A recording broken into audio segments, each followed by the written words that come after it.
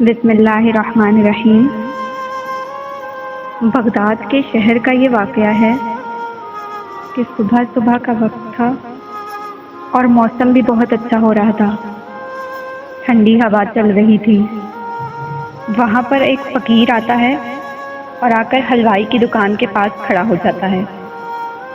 اس حلوائی نے جب اس فقیر کو دیکھا تو اس نے کہا، کیا ہوا بابا جی، اندر آئیں۔ اور اس حلوائی نے فقیر کو دکان کے اندر بلا کر دودھ کا پیالہ پیش کیا۔ فقیر نے وہ دودھ پیا اور پھر اللہ کا شکر ادا کیا اور اس حلوائی کا بھی شکریہ ادا کیا کہ تو نے مجھے یہ دودھ پلایا، اور پھر وہ وہاں سے چلا گیا۔ اب اس کے کپڑے گندے تھے اور وہ راستے سے گزر رہا تھا تو وہاں ایک عورت بیٹھی تھی جو اپنے یار کے ساتھ، اپنے دوست کے ساتھ موسم کا لطف لے رہی تھی۔ جب وہ فقیر پاس سے گزرا تو اس کے کپڑوں سے چھینٹیں اڑ کر اس عورت کے کپڑوں پر پڑی، تو اس کے دوست کو غصہ آ گیا اور غصے میں آ کر اس نے اس فقیر کو تھپڑ مارا کہ تمہیں چلنے کی بھی تمیز نہیں ہے۔ اب اس فقیر نے آسمان کی طرف دیکھا اور کہا، واہ اللہ، کہیں سے دودھ پلواتا ہے اور کہیں سے تھپڑ مرواتا ہے۔ اور پھر وہ فقیر وہاں سے چلا جاتا ہے، اور پھر وہ عورت ٹہل رہی ہوتی ہے اور ٹہلتے ٹہلتے ہی اس کا پاؤں پھسلتا ہے اور وہ گر جاتی ہے، اور اس کے سر میں ایسی چوٹ آتی ہے کہ وہ ادھر ہی فوت ہو جاتی ہے۔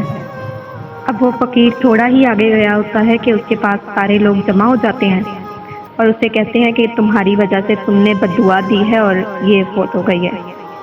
فقیر یہی کہتا ہے کہ میں نے اسے کوئی بد دعا نہیں دی، اور لوگ اس سے یہی کہہ رہے ہوتے ہیں کہ ویسے تو تم بڑے فقیر بنتے ہو اور لوگوں کو اس طرح سے بد دعائیں دیتے ہو۔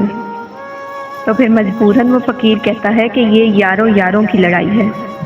جب اس آدمی کے یار کے کپڑوں پر چھینٹیں پڑی تو اس کو غصہ آیا اور اس نے مجھے تھپڑ مارا، اور اس کے تھپڑ مارنے کی وجہ سے پھر میرے یار کو بھی غصہ آ گیا، یعنی اللہ تعالیٰ کو۔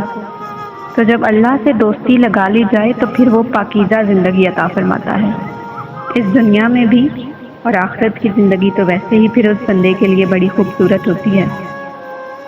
علامہ اقبال فرماتے ہیں، تمنا درد دل کی ہو تو کر خدمت فقیروں کی، نہیں ملتا یہ گوہر بادشاہوں کے خزینوں میں۔ اگر آپ کو یہ واقعہ پسند آیا ہے تو ویڈیو کو لائک کر دیں، اور ایسی مزید اچھی ویڈیوز سننے کے لیے چینل کو سبسکرائب بھی کر دیں۔ بہت شکریہ، جزاک اللہ خیرا۔